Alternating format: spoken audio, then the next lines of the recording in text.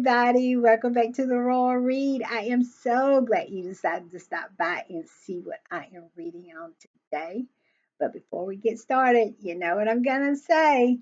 Go in your settings. If you hadn't subscribed, please subscribe. Hit your notification bell so you'll know when I upload or just decide to pop in. And give me a thumbs up to fight that ever relenting algorithm. It never relents. I'm telling you, it's always coming for my neck. All right, let's get into the read. Um, when I was putting together the read, I was kind of looking over some of my comments. I love my people who comment on my videos. But it was one particular commenter who said that we should ignore all of the negativity of the British media and we should focus on our faves. And my thoughts went back to why I started this channel. So I wanted to refresh my memory of why I am in this fight. So I went back and I watched the 5th episode of the Harry and Meghan documentary. And in that documentary, Harry and Meghan is talking about how everything transpired. All the cruelty, all of the underhanded tricks, all of the bullying and the lies were told before they left that institution. And the importance of Meghan's fans pushing back on the narrative that the media wanted to create for her.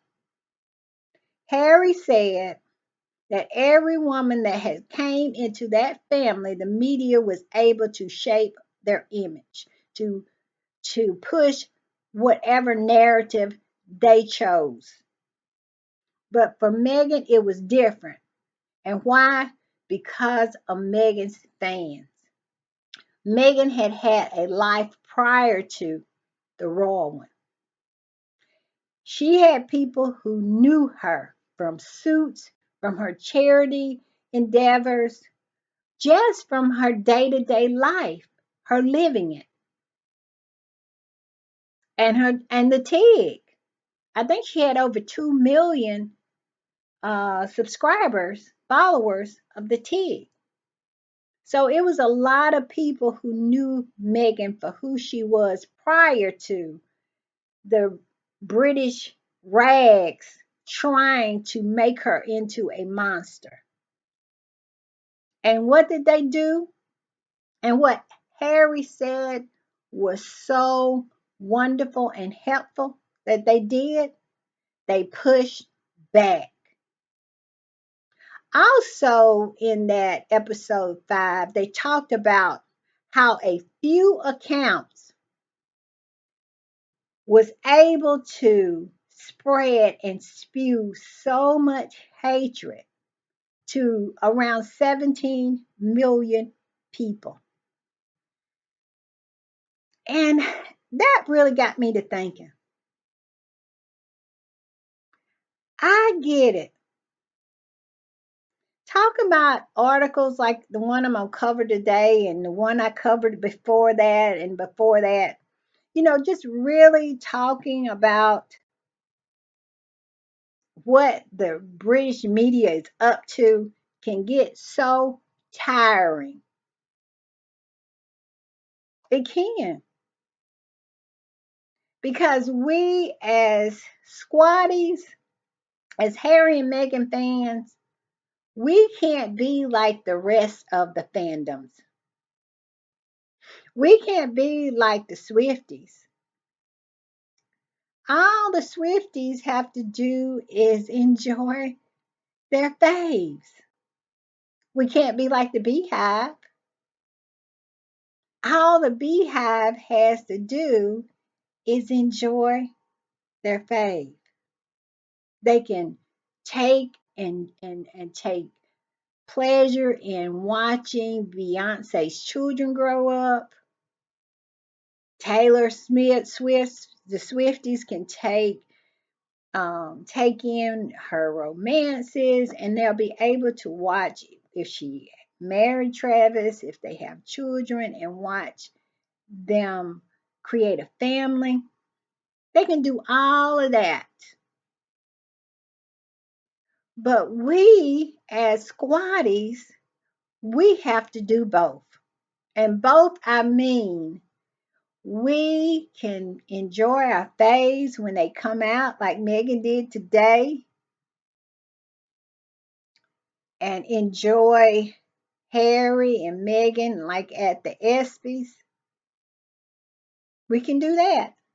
But also, on the other hand, we have to push back because unlike us, the Swifties and the Beehive don't have a coordinated smear campaign going on against their fave. And what episode 5 reminded me of is it is not that many people, but they got a big reach. And if you allow them to go unchecked, they can reach a whole lot of people. We have some squatties channels. I think Byron has like 61,000. And just think about how many that reach of that one Sussex friendly podcast will have. Because everybody that subscribed to Byron is more people out there that watches him and doesn't subscribe. The reach is big, it's huge. And that is why channels like this is important. You know, my little channel compared to others' channel is not that big, but you don't have to be big to have a reach. And one thing watching episode 5 taught me and re-established for me is the pushback is important. The exposure of the cockroaches is important because it is people who are not squatties, who are not in the loop of knowing what's going on. If all they see is what Tom Bowell, and that was a mistake, Bauer, but he is a Bowell, isn't he? If they only see what he writes, and it's no pushback, they don't happen to run into my video on YouTube or Byron's or Facts and Two Cents or the Duchess of Success or the Sussex Family TV channel. If they don't run into one of us, we're not out there pushing back. We just focus on our faves. Then they're going to believe what Tom Bauer says. So that is the reason for this channel. That is the reason why I bring these articles. This is why I do the read. It's because if we stand by and let them continue to feed Harry and Meghan to the wolves, and no pushback is out there to counter any of that, then the people who don't know will believe that. So instead of maybe running into my video and they'll say, oh, okay, I saw that article by Tom Bauer, but she really explained to me why it made no sense and the history of who he is and why he would write something like that. That is why we push back. We can enjoy our faves, but we can't forget the pushback. Because if one thing Tina and Michelle taught us is we got to push back. I remember watching it all start to unravel and feeling very helpless about things, feeling that am I the only person who is seeing what's going on? And then all of a sudden I found Tina and Michelle. And they brought together this community that says, no, no, no, no, no, no, no, no, no, no, you're not crazy. You're seeing what you're seeing. They are intentionally smearing a woman because she fell in love with their favorite prince. And she did not bow down and praise them for allowing her to get crumbs from their table. No, she didn't do that. And because she didn't do that, and we want to destroy her. And then when we try to destroy her, she takes her baby, she takes her husband, and she leaves. How dare her? And we are so used to being able to call the balls and strikes in this business. We are going to destroy her like we have destroyed so many other people. We're going to drive her to want to unalive herself, and she just might do it. But Tina and Michelle shows up, and the pushback began. We cannot forget how important the pushback is. We always have to call them out. We always got to call them to the carpet on their nonsense. We got to do that while we are enjoying our faves. At the same time. So, with all that said, it's time for the read, and let me call out Tom Bauer. Call him to the front. This is a 77-year-old man who is somehow so butthurt and insulted that Megan did not bow down and be so happy that Harry chose her to be a part of this trash family, the unroyal family. Not, well, I'm not going to do that. I'm not going to go into them and talk about them individually because we all know what Charles is about. We all know what Camilla is about. We all know that Mumbles can't put three sentences together without tripping over herself. And we all know that William has an anger issue that if he was anybody else, he would be on parole. We know that. So I don't have to get into that. But this man is so mad that Megan didn't stay there and endure his abuse and the abuse of the British media and had the nerve to call them out and have a group of people come to her rescue to push back on his nonsense. That's one reason why they are angry, so angry with Meghan and Harry. It's because of the pushback of the Sausage Squad.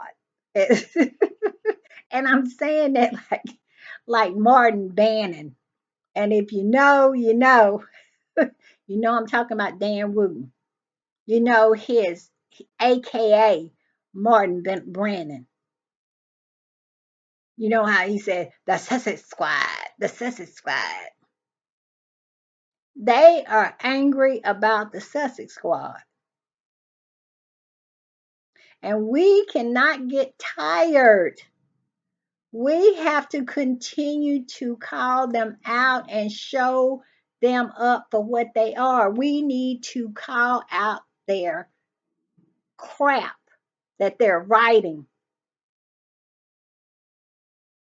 So, in that spirit, let me get to it and let you know that on this channel, we are going to focus on our faves, celebrate their victories and all the milestones, but we also are going to push back on the nonsense of the British media.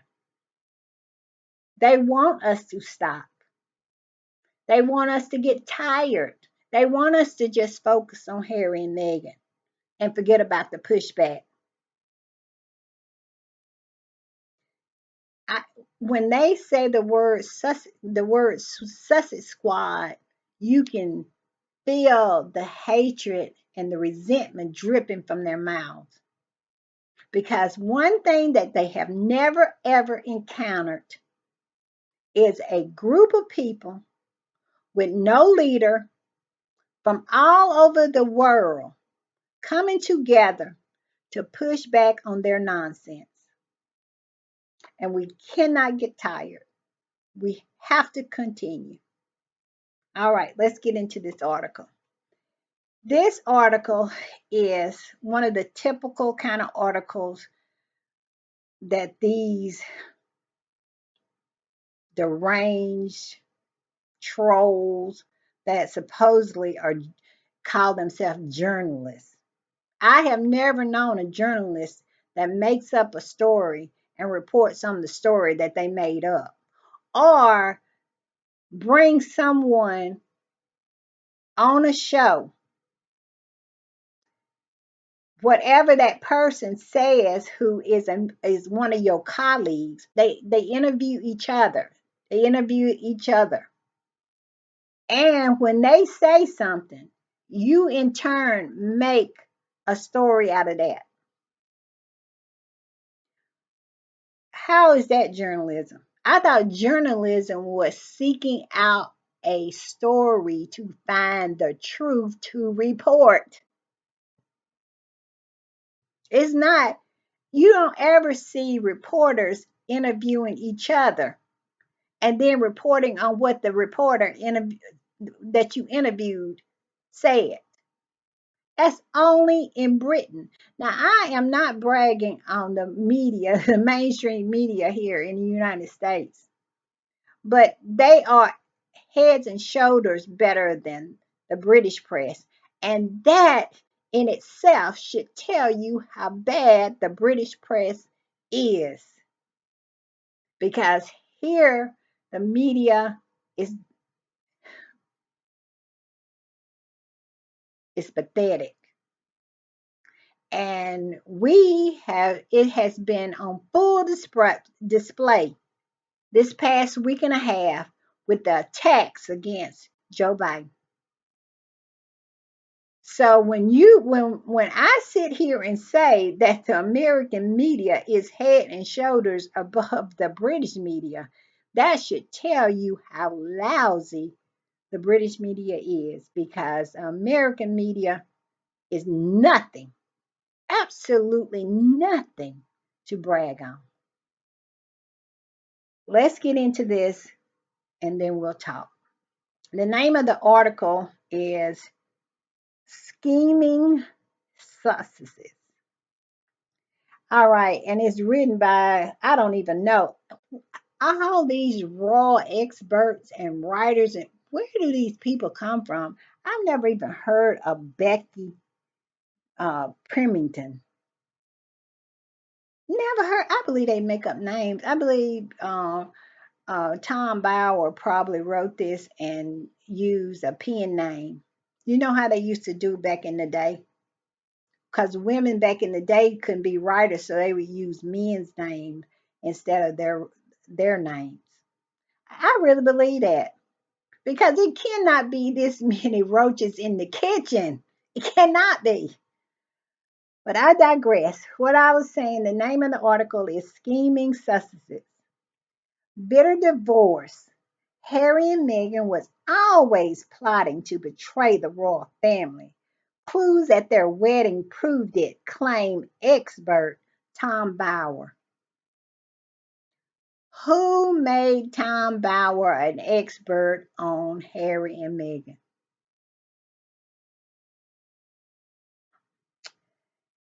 Meghan Markle and Prince Harry was always planning to betray the royal family, and their 2018 wedding was proof, according to royal biographer.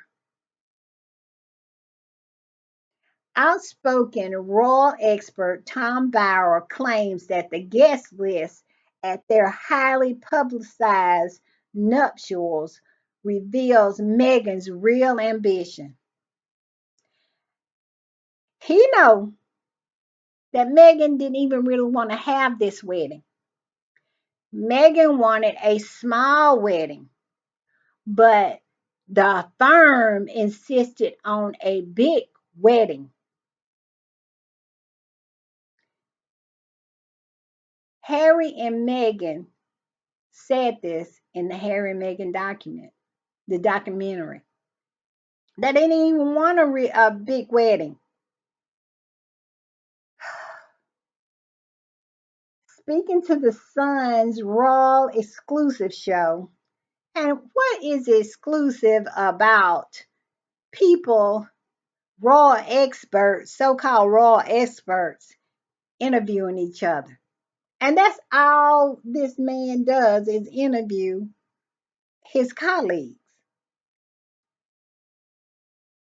Tom claimed, we know now in hindsight that Meghan never really intended to stay. Trying to rewrite the narrative. This is why it's important for channels like mine and even bigger than mine to push back our reach. When you think about what Christopher Boozy said in the fifth episode of the Harry and Meghan documentary, he said just a small amount of accounts can reach millions of people. We need to continue the pushback. It's important. All right, let's keep going. Her guest list to her wedding showed that her real ambition was to be a star in California, and Harry's friends redistributed from the guest list in the evening from the dinner. So we know that the agenda was something which the royal family could never really get a grip with. Around 250 lucky guests partied with the newlyweds, Meghan and Prince Harry, after their star studded wedding. Serena Williams, Carey Mulligan, and a cast of the Suits were just a few celebrities who attended the Windsor Bash. What is unusual about that? George and Amon Clooney also made the exclusive list despite claiming they didn't know the couple. I I don't remember them claiming that. I may be wrong. Tell me in the comments. But I thought Megan knew Amal. Didn't Amal show up at Megan's baby shower? correct me if I'm wrong, but I think Megan knew Amal. She maybe didn't know George, but she knew Amal. But I may be wrong. Meanwhile, some of Prince Harry's long-term friends didn't make the cut for the evening bash. One person who was notably absent was one of Harry's oldest school friends, Tom Inskip, known as Skippy, who, according to the royal author Omid Scobie and Carolyn Durant, had questioned Harry's relationship with Meghan. Well, there you go. That's why he won now. So it's your wedding, and you don't get to invite whoever you want to your wedding reception. And Skippy probably had said something really off colored. And we remember that article about his friends leaked to the rags about how Megan felt offense when they talked about different areas, like people's sexuality and a lot of things, and how they would talk and say off colored things, and Megan would push back. Had Skippy had we don't know now. I'm just guessing because I don't know. I hadn't saw where Harry and Meghan said anything like that, but it's a reason why he went there. And we all know how the turnip toffs are. We know that bunch. And we have heard about how they behave. So it was a reason. In their book, in their book, talking about Scobie and Carolyn Durant, Finding Freedom, they wrote that they were invited to the ceremony at a lunchtime reception, but did not make the cut for the evening bash. We lost him, Skippy concluded. See, Harry grew up. Skippy still running around acting like a straight up fool, talking, saying things that is not acceptable. And so he still want to fall out of bars and drinking and stuff like that and doing strip pool like Harry used to do. But now Harry has found somebody he loves, he cares about, and all of a sudden we've lost him. Okay. Many of Harry's old friends said the evening guest list was the prince and his bride's way of saying these are people we want in our lives and moving forward. Thank you. Tom claimed that the Sun's royal editor, Matt Wilkinson, this is the one who hosts this show and interviews, they interview each other. He had every so-called royal expert on here, and then they write articles about what they say on the show, creating creating content for themselves. Just like Megan said, Tom claimed that the Sun editor Matt Wilkinson that he believed that Meghan and Harry have had a hugely negative impact on the royal family. He added, I think damage is everlasting and continuing. The royal family had a negative impact on them on themselves.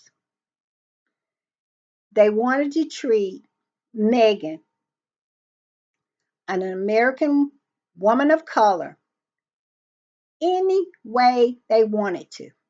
These are people who have been able to behave in any manner that they choose, and people are quiet about it. NDAs keep them quiet,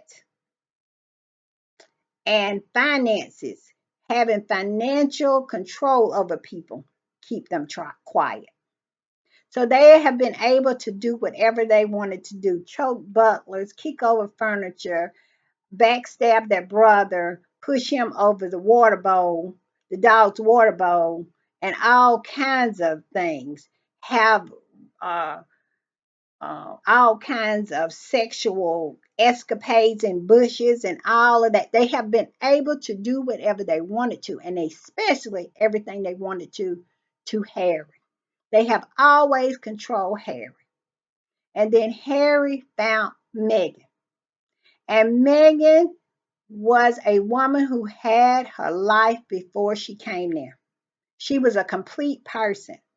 And she was not going to continue to let them do and say anything about her without her having her say.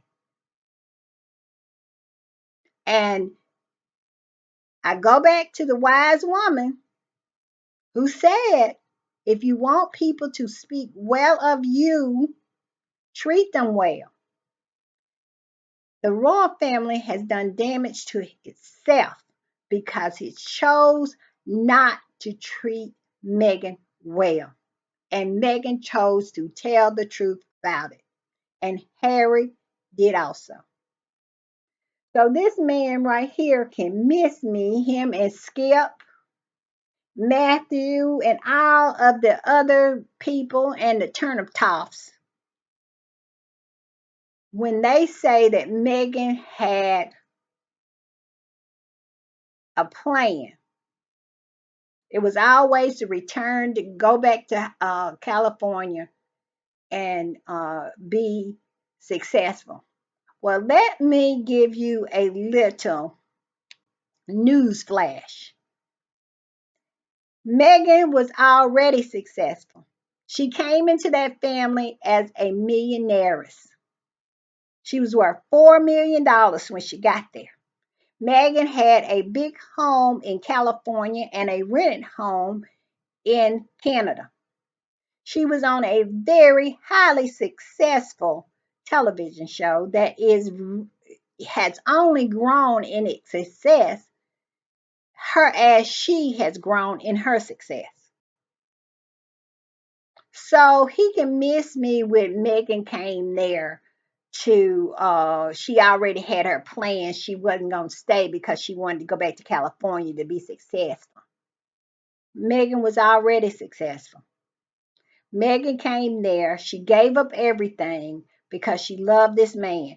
Harry was living in a shack with the bricks separated where a guy had to jump around to keep from falling in the holes in the backyard.